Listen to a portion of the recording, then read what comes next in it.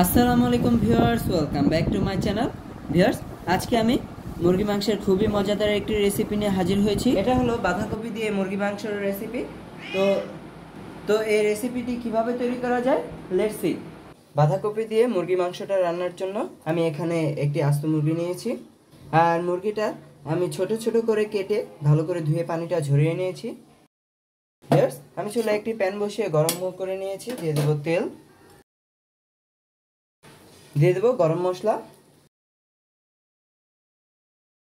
এগুলো ভাজা ভাজা হয়ে গেলে যখন এখান থেকে একটি সুন্দর স্মেল আসবে তখন আমি পেঁয়াজটা অ্যাড করব।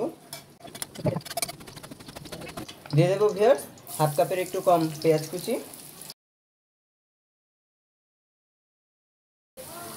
ভিউয়ার্স, অ্যাড করে নেব আমি এখানে আদা রসুনের পেস্ট 1.5 টেবিল চামচ।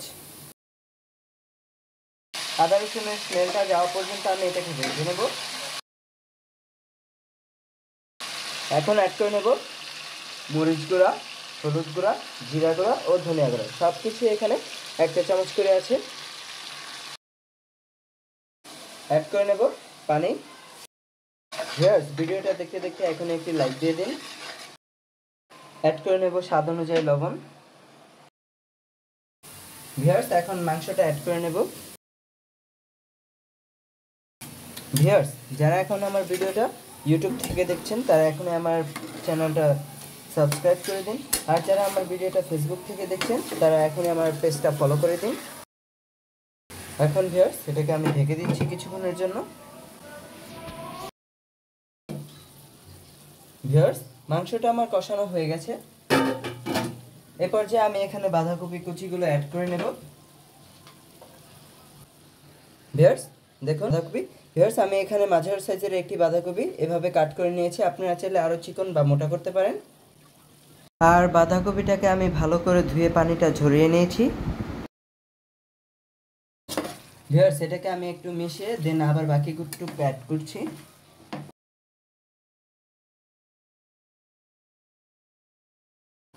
ভিউয়ার্স, আমি এটাকে ঢেকে দেব জাস্ট বাঁধাকপিটা চুপসে আসা পর্যন্ত। দেন বাঁধাকপিটাকেও আমি কষিয়ে নেব। ভিউয়ার্স, দেখুন বাঁধাকপিটা কতটা চুপসে এসেছে। বাঁধাকপিটাও প্রায় কষানো হয়ে যাচ্ছে। দেখুন ভিউয়ার্স, বাঁধাকপি থেকে কতটা পানি উঠেছে।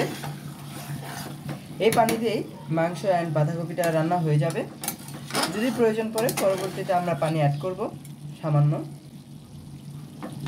এভাবে ভিউয়ার্স, আমি মাঝে মধ্যে এটাকে উঠিয়ে নেড়ে নেড়ে দেন আবার ঢেকে দেব সিদ্ধ হওয়া পর্যন্ত। ভিউয়ার্স, রান্নাটা আমার প্রায় ডান। এ পর্যায়ে আমি এখানে কিছু ইনগ্রেডিয়েন্টস অ্যাড করব।